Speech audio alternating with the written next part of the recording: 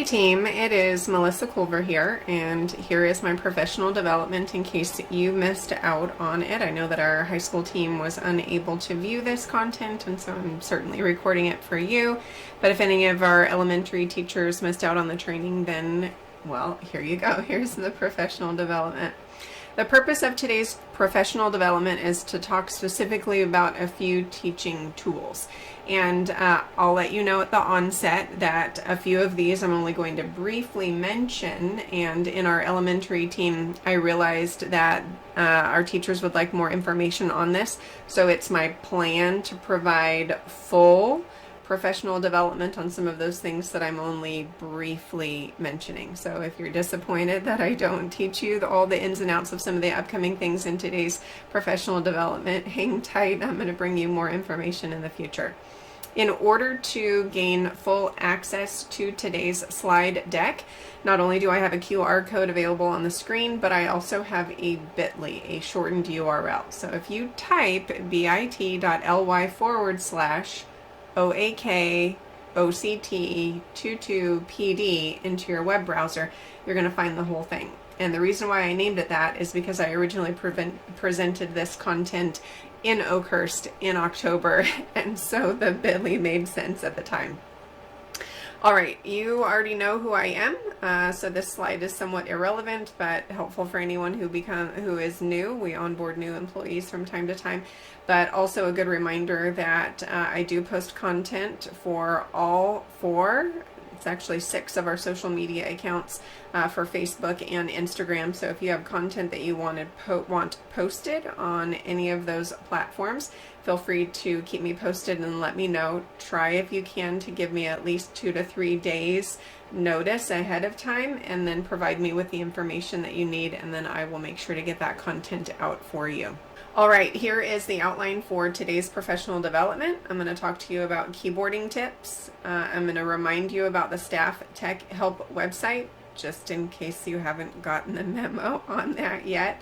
I'm going to introduce you to Flip. I'm going to walk you step by step somewhat through Classroom Screen. I'm not going to train you to onboard. I'm not going to train you to set up the account for the very first time. I'm not going to show you all of the behind the scenes things, but I'm going to give you a pretty nice overview on how to utilize a resource such as this inside of your classroom. If you ever want more support, please email me, let me know. We can schedule some time on our calendar, and I'm more than welcome to sit with you in an elbow-to-elbow fashion and help you troubleshoot some of these ideas. I'm going to talk to you about some Chrome extensions and where to find a list of usable Chrome extensions for the classroom environment. And then I'm also going to give you a brief snapshot of EdPuzzle and Edulastic, and those are 2 of the 3 resources that are coming in the near future, where I will extensively break down those products to explain to you how they can be used inside of the classroom. This is a very quick tech tip, but it can transform your educational experience, how you train and teach the students inside of the classroom. And I use this whenever I'm utilizing YouTube content in the classroom. 2 tools that are super helpful in my opinion. If you want that little YouTube video to go large, you really don't need to use your mouse at all during that training experience, during that teaching experience. Sometimes you're working really hard to get that mouse in just the right spot so that you can click the broken square to make it full screen, and then you're doing the same thing all over again. You're taking that mouse down to that broken screen icon so that you can disengage from that full screen mode. You don't need to do that. All of our classrooms are set up in such a way that you have a wireless keyboard. That might be helpful for you. Your other option is to actually carry your computer around the classroom with you, depending on how you've attached to the Promethean. And by touching the letter F on the keyboard, that's going to allow the video to go full screen, and it will take the video out of full screen as well. So if you want it to fill the screen, or you are filling the screen and you don't want it to fill the screen, the letter F on the keyboard will take you in and out of those features. Another feature that I find to be a huge time saver if you're utilizing YouTube content inside of your classroom is the space bar. The space bar is going to pause the video for you, and it's going to play the video for you. When it comes to teaching strategies, proximity is one very efficient teaching strategy. If you choose to walk around the classroom during your instruction and you want to get closer to students that you're talking to directly, you know what, James? It appears as though you have some really great ideas that you want to share with the class at this moment. I would use the space bar to stop that, or I would ask an open-ended question. I would pause and say, the author of this video or the presenter is making some pretty interesting claims at this point. Let's go ahead and break into some discussion groups. I don't have to locate my mouse. I don't have to scoot over just really close to the button that I'm looking for. The space bar is going to save me time. I can increase engagement. I can bring that student feedback or those ideas into the classroom. I can allow the students an opportunity to talk face to face with one another. Oxygenation, believe it or not, is a central component of making sure that the brain is engaged in teaching. So if you don't periodically break up your talking with student talking, I encourage you to do that. It oxygenates their brain, stimulates various different pockets of the brain, provides an opportunity for short-term or even long-term memory as the students are talking in that classroom environment. So the letter F and the space bar are two key teaching tools. All right, so staff tech help website. Just in case you were not at any of our staff meetings and you missed out on this key idea, in every one of our websites, you should be able to find this item up at the top in the tabs where it says staff. That content needs to be behind sort of this lock and key situation because we do have private information in some of those videos and we don't need the whole world to see that student information. So we need to make sure that we protect student information carefully. So click on that turquoise box that says Enter Staff Tech Support page. And then if you're not already logged into Google, then it's going to force you to log in using your Google account, and then it's going to let you in. If it's cumbersome and you don't like making all of those clicks, go ahead and bookmark this actual website. Save it along that bookmark bar so that you can access this resource seamlessly and easily. And it's going to answer a lot of those questions for you. Right. All right. Moving right along. So Flip. I am not going to do an extensive training on Flip right now. I'm just introducing it as a resource. And then it is my objective to come back and do a full-size training on this particular resource.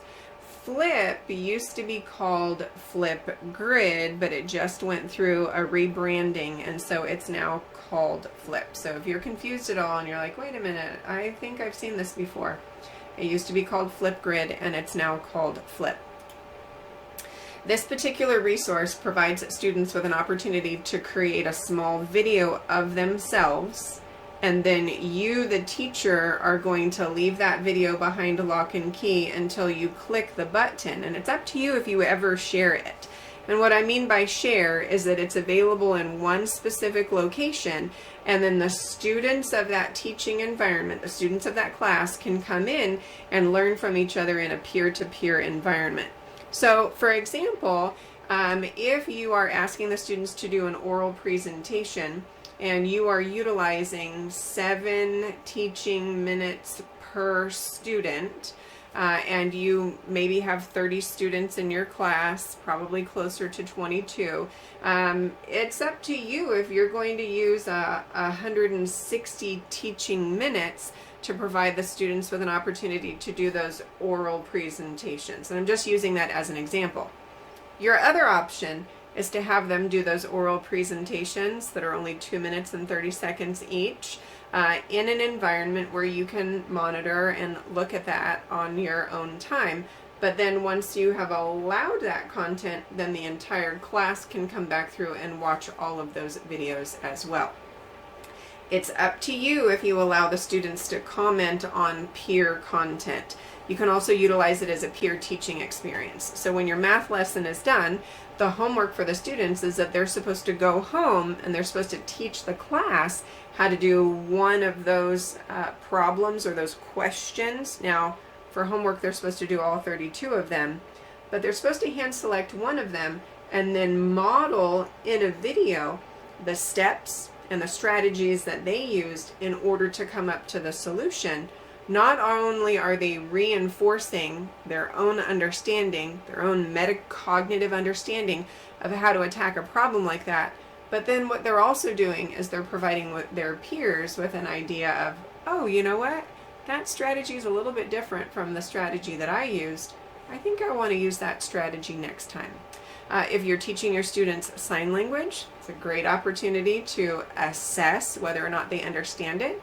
If it's music, that would be another strategy. Foreign language is another one. Debate is another one. If you want the students to work in groups, you can certainly utilize a group experience where multiple students are analyzing the Declaration of Independence and its historical significance and the historical underpinnings that were influencing the environment at that particular time. So many ways that you can use this. What does it look like? This is what it looks like when you land on the page.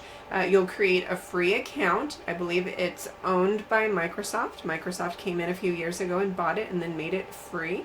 Not only can you use it as an educational resource, but businesses can use it as well. So if you have a coworker who's out on medical leave, or even a student who's out on medical leave, a surgery of some kind, then you can have the staff, that environment, that community come in and provide video content as just an encouragement. Hey Tabitha, we miss you so much. I'm glad the surgery went well. We can't wait to see you in class. Get better soon. Some word of encouragement for somebody who can't be in your environment on that particular day. This is what it looks like for the teacher. You go in and you choose that topic available to that specific class. You determine when it's available and when it's not available, when you want it to be accessible to your students and when you don't want it to be accessible to your students. And then you go in once all of those videos begin to populate, and then as the teacher, you determine which ones are acceptable and which ones are not acceptable. In my years of using this as a resource, there are some children who have permission to use words that I don't use at home, and so I usually have to have a one-on-one with that student, and I'm like, your video was fantastic, I liked a lot of what you said, but there was one word that you used that I can't put on display in our classroom, so if you can redo it, that would be a blessing. So you're the one who gets to determine what video content is acceptable. And then the video content shows up in this grid-like visual display, and then the students can come in and then click on each one of them and then see what their students had to say. Scooting right along, classroom screen is the one tool where I'm going to slow down, and I'm going to talk specifically about some of the tools and resources that are woven into this particular resource. And there is the potential that you are using many of these teaching strategies already, but you're opening up 5 or 6 different tabs in order to achieve this outcome. And Classroom Screen, in a very tidy fashion, just kind of lumps all of that content together in one space. So you have one user-friendly teaching resource that really tackles a lot of those ideas in one space. Is it free? Yes and no. I find that a number of educational resources are free to a point. Once you start using more features and more resources and you expand it, then it becomes a little bit costlier. I tend to use things in such a way where I don't have to pay for them because I don't want you paying out of pocket for content like this. So if you have maybe 1 or 2 teaching spaces, then you can get away with not having to pay any fees at all, and you can totally use this for free. And this is basically what it looks like. I have that pink arrow. I think my arrow is going to show up on the video. You have the pink arrow showing up and pointing you to this squirrel experience over here. As my video goes along, I'll do a better job of explaining to you what it looks like. I'm just going to kind of do a helicopter overview, and then you'll have the aha moment if it's not happening just yet. So the visual experience has a toolbar at the bottom, and the toolbar at the bottom represents all of those features that you might want to use in your teaching environment. And so I'm not going to highlight every single one of those, but I am going to slow down and kind of capitalize on some of them. On the far left, we have the option of the background image, and maybe the squirrel isn't your jam and you would prefer something different. I'll show you a little bit later how to access that. So if you want it super boring and super bland and you just want yellow as your background, you have the option of doing that. If you wanted something more visually appealing, then you have the ability to make that choice. Poll is an option if you want to inquire of your students. Maybe you're working on statistical probability, or maybe you're working on percentages, and instead of raising hands and then counting, maybe you want your students to respond with a poll. What is your favorite ice cream flavor? Vanilla, chocolate, strawberry, or chocolate chip? And how did the students respond? If I remember correctly, I think a QR code or a bit.ly is generated, and so the students would need to go onto that website, or they would need to utilize the QR code in order to respond. So that's how the responses come in. The one on the bottom says random name. As teachers, it's super easy to get into this rut where we are calling on the same students over and over again. I know that James and I know that Katie always have the right answer. I'm short on time. I'm going to call on them. That is not the most efficient teaching strategy. It is helpful and prudent and wise to call on as many students as possible in each of your teaching sessions. Not only is it empathic to do that, you are indirectly telling that student, I care about you, I notice you, your voice matters to me. You're also providing students with an opportunity to articulate in clear sentences the thoughts that are relevant to the discussion. And if they're not speaking in well-constructed sentences, it's helpful as the teacher to refine their communication strategies by modeling and shaping those responses. You know what, Tabitha, you did a great job of providing an answer, but let's put that into a sentence. The author made such and such claim, and here is the evidence to support that.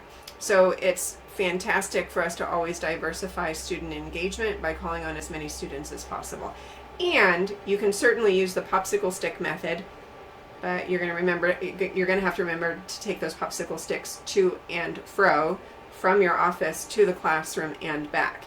But if you have all that content stored inside Classroom Screen, then you can click a button that's going to spin through all of the names in your class, and then it's going to find the next student to call on. So it just increases that engagement and provides more students an opportunity to be a part of the discussion. Drawing is an option. You would need to use your finger on your touch screen in order for that to work. It may or may not work on the Promethean depending on your sharing method and whether or not that would work. There is the potential that it could work on the Chrome box if you are using the Chrome box in this situation. If you have a signal and you have teaching strategies associated with that, red is independent working, orange is whispering, green is let's collaborate, and it's okay for it to be loud and messy in here. Whatever you want to associate with each of those, then you can have a certain signal on display so the students know what they're supposed to be doing at that time. You also have work signals. If it's whispering, if it's absolute silence, if they're supposed to work with one another, then you can put that on the screen so the students know what your objectives are. If for some reason rolling a die would be helpful for you, if you've broken your students up into groups and you want to see what group is going to go first, second, or third, or if you're working on statistics or probability or numbers or whatever, then that is a resource that's available. A timer, if the students are pestering you, like how many more minutes do we have? How many more minutes do we have? It's available on the screen right there. It could be tucked away in a different tab because you opened up timer in a different resource, but Classroom Screen allows all those resources to be on display at one time, and you can utilize the timer if you want to. If you don't want the students to turn around all the time to know what time it is, you can certainly put a clock up on the screen if that's important to you as well. And you have the ability to expand this menu to determine what resources you would like to use at any one time. So the little arrow on the right allows the menu to disappear if it's eating up too much of your teaching space, and then the arrow would bring the menu back up, and then just adjacent to the arrow, I don't know if my arrow is showing up on the recorded version or not, right here where it says more widgets, that's when layer number 2 layer number 2 of all of the widgets will appear so that you can choose what resources are most efficient and helpful for you. Another thing that might eat up class time is if your students are working in groups, how many instructional minutes are you eating up by getting those students into groups? This might be a more efficient way for you to do that simply by clicking the shuffle button. Then you can divide the students into groups based on the number of groups that you have pre-selected. If you want everyone divided into 3 groups or 4 groups or 5 groups, then this will do that for you. And then the students can just read on the screen who their partners are. And then you can give them 30 seconds to get started. They cluster where they're supposed to. And then I'm not going to say that everything works like clockwork from that point forward. But that could redeem some teaching minutes if needed. This resource over here, in my opinion, is helpful. I don't know how many times you have put a YouTube video on display in your classroom and you kind of face palm because there are suggested videos on the side and you just didn't want the students to see that suggested content. I believe this will also remove the advertisements as well. So if you're discouraged that a lot of your instructional minutes are being eaten up by all these advertisements that you don't want to have anything to do with, you can grab that URL, you can tuck it into this space, and you can play the video through Classroom screen. And I believe that the advertisements are removed, but I absolutely know that all of that suggested content and the comments down below are also removed as well. I'm not going to do a good job of sharing this, but safeshare.tv is another phenomenal resource that would scrub all of the unnecessary content. I don't have time in this PD to explain, but it is free and phenomenal. It will remove all of the junk around and inside the YouTube content so that you're not sharing that with your students. Provides a shareable link as well, so you can drop that into Google Classroom and your students are not pestered by all of that adjacent content. Just make sure that our organization has approved the video that you plan to share. Otherwise, you're going to get a lot of emails saying, wait a minute, I can't get the video. I can't see the video. It's broken. So make sure that the students can access it if you plan to share it inside of Google Classroom. Classroomscreen.com is what I was talking about, and then let me scoot over to this adjacent tab so I can show you exactly what it looks like. And then in this space I have my content preloaded. It's up to you if you want to try to load it in the context of that teaching experience. If the students are working on something independently for 5 or 7 minutes, you can kind of tuck these into spot, or you can come to class with all of these things ready to go, however you want to do things. And then I'm not going to model everything, but I'm going to highlight a few things. The menu or the toolbar along the bottom, if I want to get rid of it because I want more teaching space, I can use this tiny little arrow right here. And when I click on that, then it collapses. It kind of disappears so that it's not in my way. But the minute I want it back, I'm going to click on that circle and then it will pop back into spot. If I want to see the second layer of tools, because I'm only seeing some of them, I'm not seeing all of them, then I'm going to click right here where it says more widgets. That's going to expand so I can see the second layer of tools. These are all the resources I get to choose from that I can use in the context of my teaching environment. Let me scoot this out of the way. And then one more time. Here's the traffic signal that I was talking about. You'll notice how I'm able to drag these wherever I want on screen. If I want a specific traffic signal to illuminate, then I can choose the one that's most appropriate for that particular environment. I also have the arrow on the bottom right, so I can make it as large or as small as I need to, as prominent or out of the way. I have different traffic signal types to choose from, so if for some reason one is more efficient or helpful for you, it's totally up to you. And then if you decide, oops, just kidding, I don't want it anymore, just click the X on the top left corner and it will disappear. Your communication signals, if you want the students to be silent, if you want them to whisper to one another, if you want them to ask a neighbor, or if you want them to work together, you can communicate that using this space over here, and then you can get rid of it as well. This QR code up here is something that I designed. It sounds way more luxurious than it really is, but you just grab a link from any website that you want, and then you tuck it into the editor. And once you've tucked it into the editor, then that particular web link housed inside the QR code will show up on display for your students. They can use a QR reader from their computer in order to read that and have it pop up onto their screens. They can also use whatever smart device they have, a tablet, cell phone, etc. And then if for some reason you decide, just kidding, we're done with that, then once again you're going to click the X on that top left for that to disappear. I have teaching notes right here so that my students who feel more successful when they are familiar with the roadmap and where we're going, if they want to be able to peruse or view where we're going in the lesson right out of the gate, I have typed that content in here. If I need something to be bold or italicized or underlined, if I want the font to be larger, there is a text editor located at the bottom of this. Much like all the other resources, you can resize that using the tool on the bottom right. You can get rid of it, etc. And then you can probably change the background color if you want to.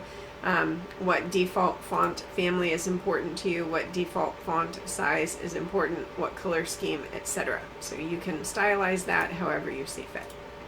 Timer is located right here. I'm not going to model that.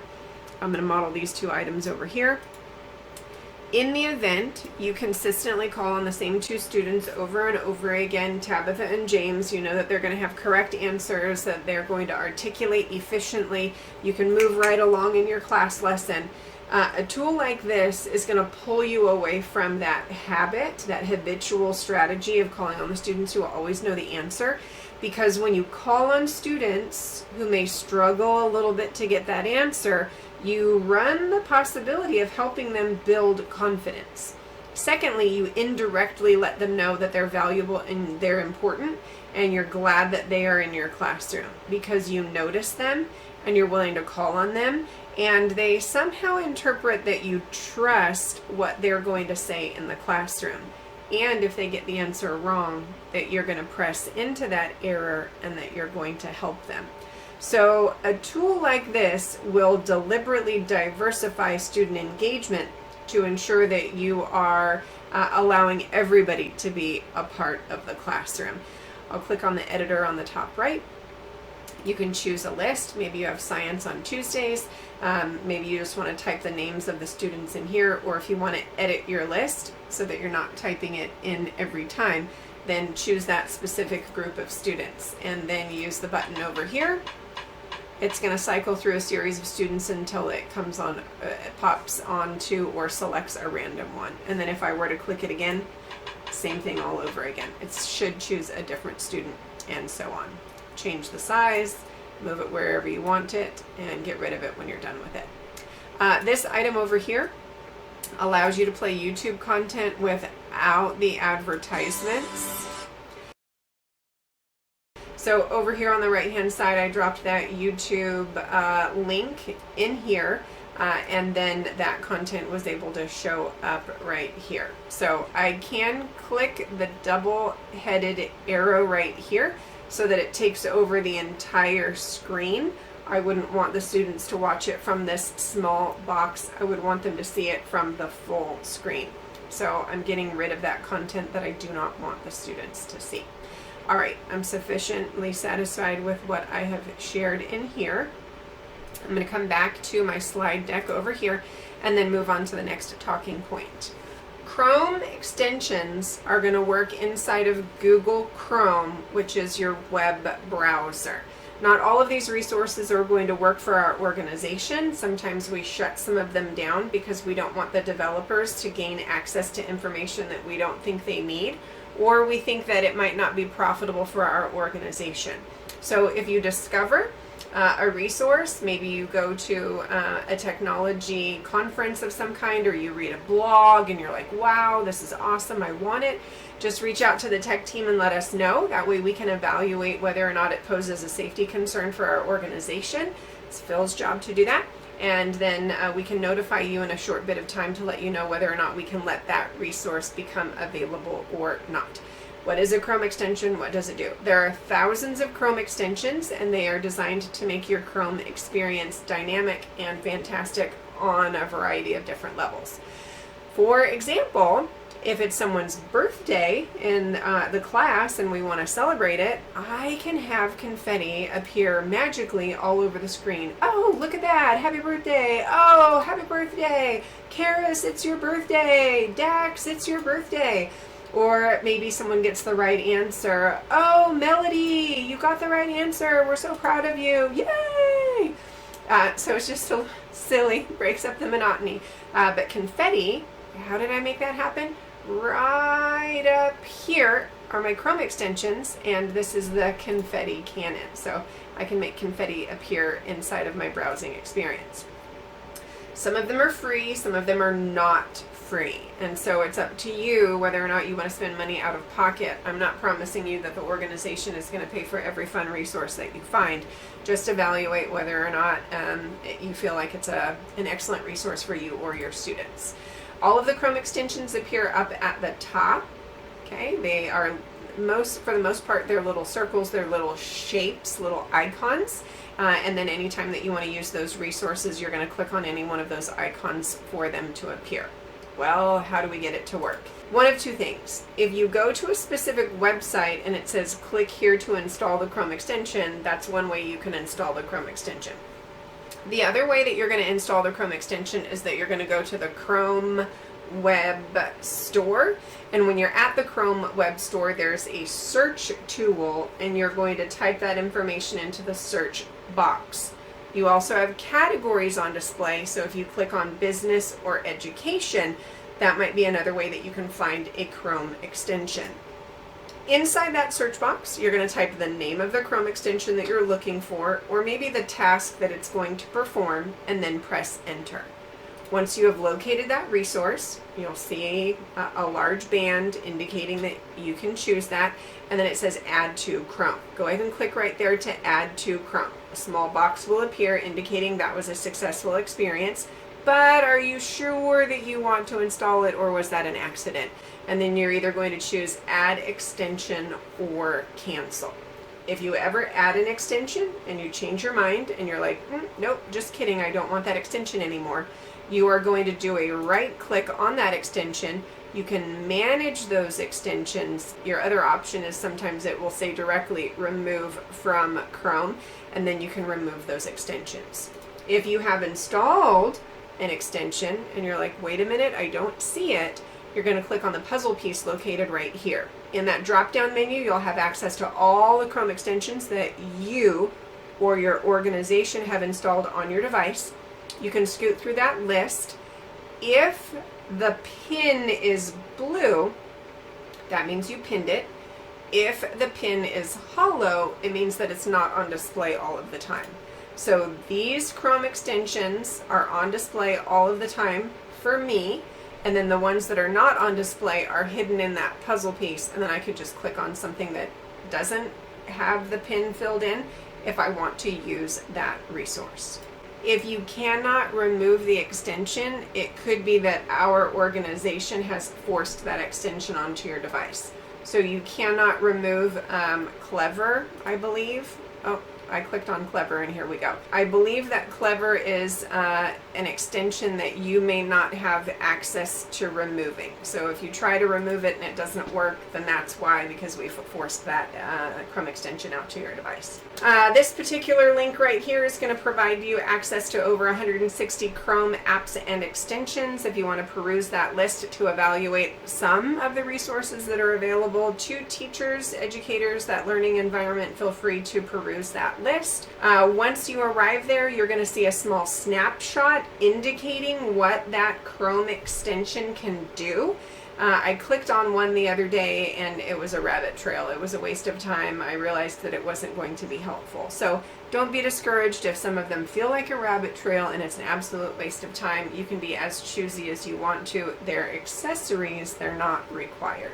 The confetti cannon I already modeled for you. Clever, I accidentally clicked on. Video speed controller, if you're watching a video, but it doesn't give you the power to change the speed of the video.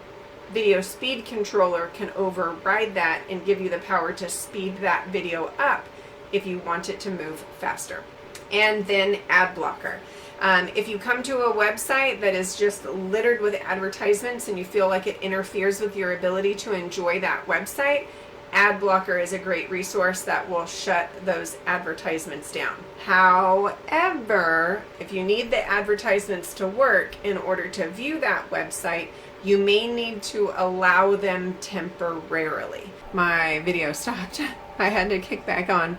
All right, so the ad blocker provides you an opportunity to either allow once or always for any specific website. So if it malfunctions, be aware of that. Bibbit Now, in my opinion, is a really great resource. I used it a lot during my master's degree program in order to construct my works cited efficiently. If you are on a particular website and you need the bibliographic citation pretty quickly, then you can come over to the Bibbit Now Chrome extension. You can click one time, and then you can choose whether or not you want APA, MLA, Chicago, whatever other options are available for you. Copy that citation, drop it into your works cited. It's not going to italicize for you, so there are some adjustments that you need to make, and it may not grab all of the information correctly, but my thought is if it does 85% of the work for you, that's a whole lot more work done by something else, an alternative resource, and it saves you time. And you may want to share that with your students if you want them to utilize a resource. In my opinion, have them struggle a little bit to understand the process and then reveal to them that this really cool resource exists out there. Another Chrome extension that I find to be helpful is the Read Aloud Chrome extension. And then if I illuminate text in this PDF file, and then I scoot over here and I click Read Aloud. Western Sierra Charter School Secure Lead Parent Tutorial. The purpose of this tutorial is to give parents an initial introduction to the I have no idea if you had access to the recording or not, if it removed the internal recording, but it will go through and it will read that document out loud. For some of your struggling students who absolutely need access to some of that, this may be a resource for you. When I was working on my master's degree program and my eyes were so tired at the end of the day from staring at screens for long periods of time, I literally just had my textbook read out loud to me using the Read Aloud feature. So use it for yourself, share it with your students, whatever you want. Certainly we want them to be able to read and comprehend, and we don't want them to use this on everything, but it's up to you if you feel that some of your students could benefit from a resource like this. All right, Mote is a resource that allows you to record audio responses in something like Google Classroom. If you've discovered that a student is cheating, a phone call might be prudent, wise, or helpful. If you are sharing some news with the student that they may not like, your intonation and your inflection will come through with an audio recording using Mote. If that's a resource that's helpful for you. Use it if you like it, skip it if you don't. Consider it a coupon. Promethean Screen Share is one option. Loom is another one. I'm not going to go step by step explaining to you what Loom is. If you want this to be a future professional development, email me, let me know, and I can hook up Loom for a future professional development. Loom allows me to record video for you or parents or students. If someone just needs a 2-minute tutorial on how to sign into this, how to authenticate, how to fix, how to whatever, I can scoot into here. Loom not only creates that video for me, it stores that video for me, and I can click the link and then share it with someone. So yes, it's a website, but up right over here, it's also a Chrome extension. So I can't survive without Loom. I think it's absolutely phenomenal. That's another one. Read Aloud, I just talked about that. Speech to text. So many other resources already have speech to text built in, but if for some reason it doesn't, there is a Chrome extension that will do that as well. Grammarly, I really like when I'm typing on a website and I'm able to check my spelling, my grammar, syntax, punctuation. Grammarly will notify me if I've got some changes that I need to make. I like Grammarly. You can also use Grammarly inside Microsoft Outlook, inside Microsoft Word, inside Google Suite. So Grammarly can be used all over the place, not just the internet. Bitmoji, some people really like having a Bitmoji, sort of this cartoon character of themselves with expressing different emotions. Then it's also a Chrome extension, and you can find that there. All right, moving along to the next talking point. EdPuzzle. I'm not doing an extensive review of EdPuzzle right now. I'm just highlighting it briefly. EdPuzzle is great for the flipped classroom model. So right now I'm talking about pedagogy, the science and practice of teaching, the hows and the whys of why do we do this, how do we influence outcomes, learning outcomes. The flipped classroom model is where the students do the learning at home, and when they come to class, they have the expert tutor who is available to help them through those next steps.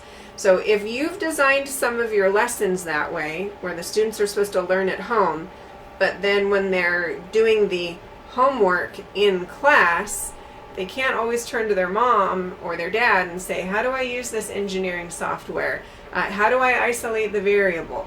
You, the expert, can then provide them with the help that they need in the classroom. So then it comes back to the question, how do you know your students are actually doing the homework at home, or the lesson at home in this type of situation? And that's where EdPuzzle comes in. You're sharing video content with them from Vimeo, National Geographic, YouTube, whatever that sharing site is, but then you have direct access to know how much of the video they watched and whether or not they understood it. So inside EdPuzzle, you can either use something that another teacher has already designed. Okay, here's a 15-minute video. There are 5 questions that are built into it. I love that somebody else designed it. I would like to share that. That's one option.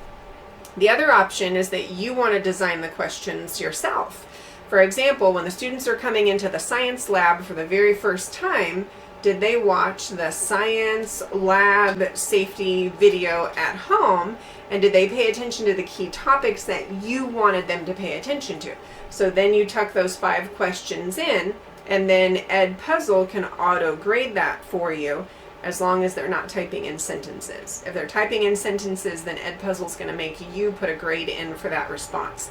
If it's true, false, or multiple choice, then it's easy for EdPuzzle to determine whether or not the student answered the question correctly or incorrectly. A great resource for the flipped classroom model, EdPuzzle. And for the most part, I think that it's free. I think if you go over a certain number of hours of video or engagement, then it's going to cost something, but you can also share a link out, and then as other people find out about it, then you can accumulate free hours and then increase your access by sharing it. Here's another preview. Edulastic, in my opinion, is a good assessment tool. It's not a teaching tool, it's an assessment tool. If you need hard assessment data in order to move forward with your next steps, SST, IEP, evaluating whether or not you've accomplished particular tasks with your 504, or if you need some small reteaching groups, but you need to find out quickly who needs to be in those reteaching sessions, Edulastic is a great resource that's going to provide you with granular data to make those teaching decisions, because assessments drive instruction. Assessments let us know who got it and who didn't get it. If 95% of your students got it and they're ready to move on to the next thing, then it might be very, very helpful to provide them with something challenging and launch them onto that next hard thing. For the 5% that need additional support, you can target and isolate that pocket of students that need additional support. You can evaluate how, where, and why, and then provide them with the support that they need. So what does Edulastic look like? Edulastic gives you immediate and timely feedback on assessments. If you choose to have your students do an assessment in the classroom, and that assessment's going to take 25 minutes, for the most part, it'll be completely graded within just a very small amount of time. as long as it's multiple choice or multiple answer response, true, false, etc. If they're supposed to type something in, write a small paragraph, that's going to take more time on you in order to evaluate if they've reached your objectives. On the screen right here, where you can see the green and the red and the gray and the yellow, it's letting you know how your entire class responded to question 1, 2, 3, 4, 5, and so on. And you can kind of get a feel for where those learning moments need to continue. All of the ones that are totally green, I would say your students reached those learning targets efficiently. Where you see the red and the yellow, you've got some students who need some additional support on those specific teaching points. And that data shows up while they are testing. You also, you can't see it on this graphic right here, but there's a line that cuts through all of that to let you know the approximate amount of time that the students are spending per question. Have you ever wondered in your mind, you know what, did Johnny just go through and answer B, B, B, B, B to all of them? Did he really invest time, energy, and effort to evaluate whether or not that was the correct answer or not? It lets you know the amount of time the students are spending on each question.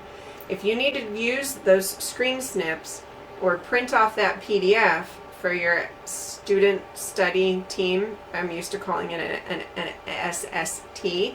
I think we call it SSP here, student study plan. Either one we can use interchangeably. If you need hard data in order to talk to mom and dad about the study habits or the testing habits that the student is employing, now you've got hard data to have those conversations. And you can let the student know, I either am going to let you retest or I'm not going to. Edulastic not only is the assessment tool, but it's also the assessment bank. And it has thousands of questions ready to go. So you're not spending hours forming that assessment for the students. And you might say, yeah, that's nice, but I always print out my tests. Well, you can take that printed assessment, turn it into a PDF, drop it into Edulastic, and then provide little response boxes as well. Lots of options in Edulastic for ready to go. On grade level, state assessment questions geared to the specific teaching standard that you have hand selected. It is a phenomenal resource, and yes, it is free. So for our future professional development, I'm going to come back in and I'm going to show you how thousands of assessments are available to you, thousands of questions are available to you, and that immediate data is available to you so that you can print out and make your next step choices in order to increase student learning outcomes. Future PD topics. In our live session, I provided teachers an opportunity to turn to one another and have a discussion, and this is where I got the feedback that the teachers wanted step-by-step granular understanding on these additional resources. So Flip, EdPuzzle, and Edulastic are going to be 3 of my next PDs, but if there's something on your radar, or maybe there's a teaching concept or an instructional concept and you're like, is there a resource out there that's going to meet my needs? Email me, connect with me, let me know, because it's my job to serve you. I don't want professional development to be a waste of your time. I want it to meet your needs. So then I paused for questions and feedback, and then thank you so much for taking time out of your day to watch this video. I really appreciate your attentiveness. And then I think I got this slide deck from somebody else, so I need to say thank you to Slides Carnival for the designer who made the slide deck possible. All right, team, have a great day.